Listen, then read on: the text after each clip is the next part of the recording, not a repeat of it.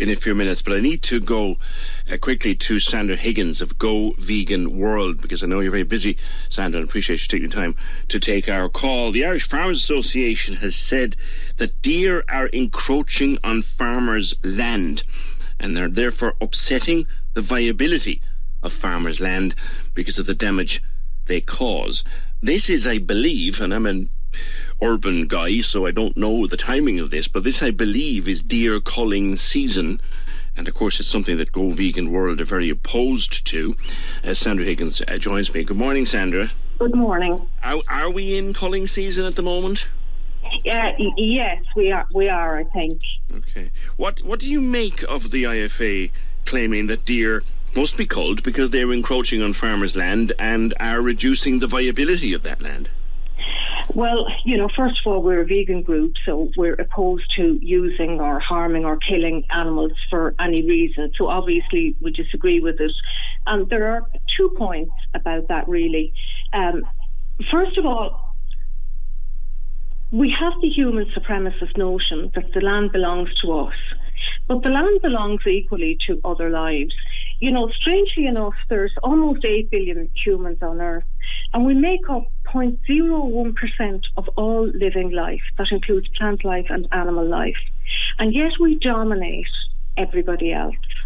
And the small number of humans, almost 8 billion humans, we kill 70 billion land animals and trillions of fishes every year just to use us as food and clothing, which doesn't make any sense at all. Isn't it the natural outcome of Darwin's theory of evolution? Well, no, this isn't. This has nothing to do with evolution, what we're doing to other animals. The capture and domination of other animals 10,000 years ago that has led to the current system where we selectively breed them to maximise the profit from them has nothing to do with evolution. The second point I'd make about the IFA is that I think that this is a diversionary tactic. That, what we really need to be talking about is the reduction in the number of animals that we use for food and clothing, with the ultimate goal to completely eliminate animal use. We need to do this on a moral basis, first of all. But it also doesn't make any sense with respect to sustainability. And every environmental report that has been released in the last few years have called for a change in how we live and a reduction in our use of other animals. And of course, as a vegan organisation, we would say, even from a psychological perspective, we can't ring fence this. We can't say that it's okay to kill a few animals, but it's not okay to kill them all. It's not okay to exploit or own or kill any of them. I mean, as a vegan, you don't consume anything related to an animal, even an egg that is a natural product of a hen. You don't drink milk. You don't eat meat of any kind. You don't use anything related to an animal. You don't wear leather in the vegan lifestyle. And you believe that's where we should all go? I do, yeah. And you see, I believe that this is a human right. This is inextricably related to human rights. Even if you take the environmental argument, that the latest report in Ireland showed that 37.1% of Irish greenhouse gas emissions are attributable to the agricultural sector, mostly from animal agriculture. And of course, this has an impact on human health. But it's a right for us to have access to accurate information.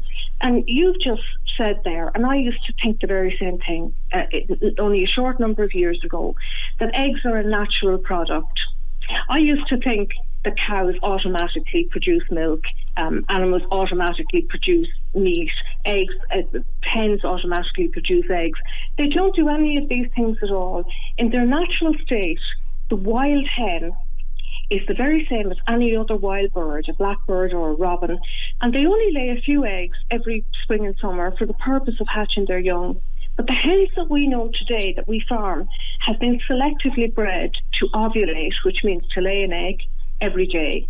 And, any woman listening to me will realise that that is absolutely horrific to put any... Well, not in the organic farms now. They'd only be every couple of days. They wouldn't be every day. Or maybe even every week in some of them. It wouldn't be every day. No, organic farming is about the type of food fed to the animals and the lack of antibiotics. They're still selectively bred to lay an egg every day. We have this notion that there's something humane about free range or organic farming, but to the animal who's used, the exploitation is the same. Can I ask you, Sandra, do you equate, you talk about human rights, do you equate my right or your right as a human being to the right of a cow or the right of a sheep or the right of a hen? Do you equate those rights? They are equal. Now that doesn't mean that we say something ridiculous like, cows have the right to an education or they have the right to vote. Those rights are specific to our species. What they have is that they share the same fundamental rights as us, not to be owned by someone, not to be exploited, not to be harmed, not to be killed. And the reason they have those rights is that they have the same central nervous system and the same ability to feel physical and psychological feelings as humans. And anybody who has a cat or a dog can see this very clearly. But let me tell you, I run a sanctuary. There's, I'm wondering, actually, the sounds behind you. It sounds like you have a fine crowd around you there, Sandra. Yeah, I know. The two lads are a few busy. Extra contributors to this conversation, I think. Give him what for, Mammy. But let me tell you, from running a farmed animal sanctuary, they opened my eyes. They educated me to their ability to treasure their lives just as much as I treasure my life. Their lives are different to mine, but they're no less important to them because they're members of another species.